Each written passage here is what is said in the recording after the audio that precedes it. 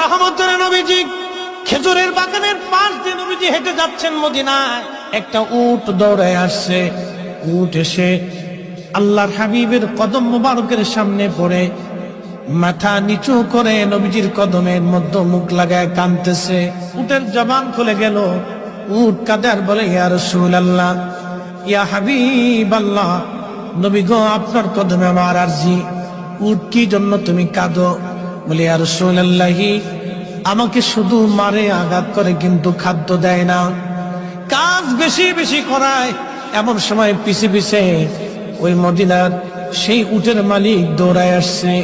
আল্লাহর নবী বললেন, ও উটের মালিক, তুমি কি উটের মালিক? বলে, হ্যাঁ ইয়া রাসূলুল্লাহ। তুমি কি তাকে খাবার কম দাও, কাজ বেশি করাও এবং মাঝে মধ্যে তারে পিটাও?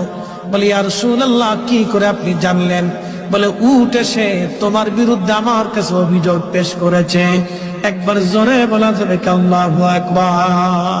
বিশ্ববিখ্যাত আল্লাহর একজন ওলি ছিলেন, তার নাম হযরত মালিক ইবনে দিনার আল ইরাকি আল বসরি রাহমাতুল্লাহ আলাইহি।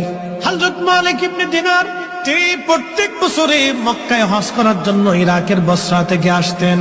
এক বছর তিনি হজে আসলেন, হজ শেষ করলেন।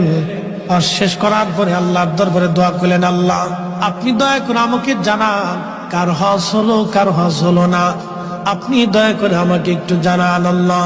উনি দোয়া করলেন, কান্নাকাটি করলেন, আল্লাহ, এত মানুষ হজে আসলো, কিন্তু দোয়া কবুল হলো কি হলো না জানা নাই।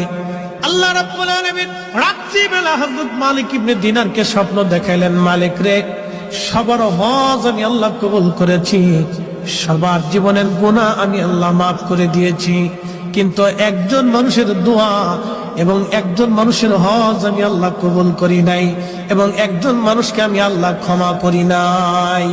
লক্ষ লক্ষ মানুষ আমি মাফ করছি, কিন্তু একজনকে মাফ করি।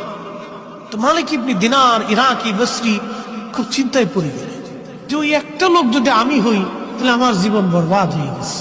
ওলিরা তো সবসময় আল্লাহকে খুশি করার জন্য নিয়োজিত থাকে। একসাথে বলবেন আল্লাহু আকবার।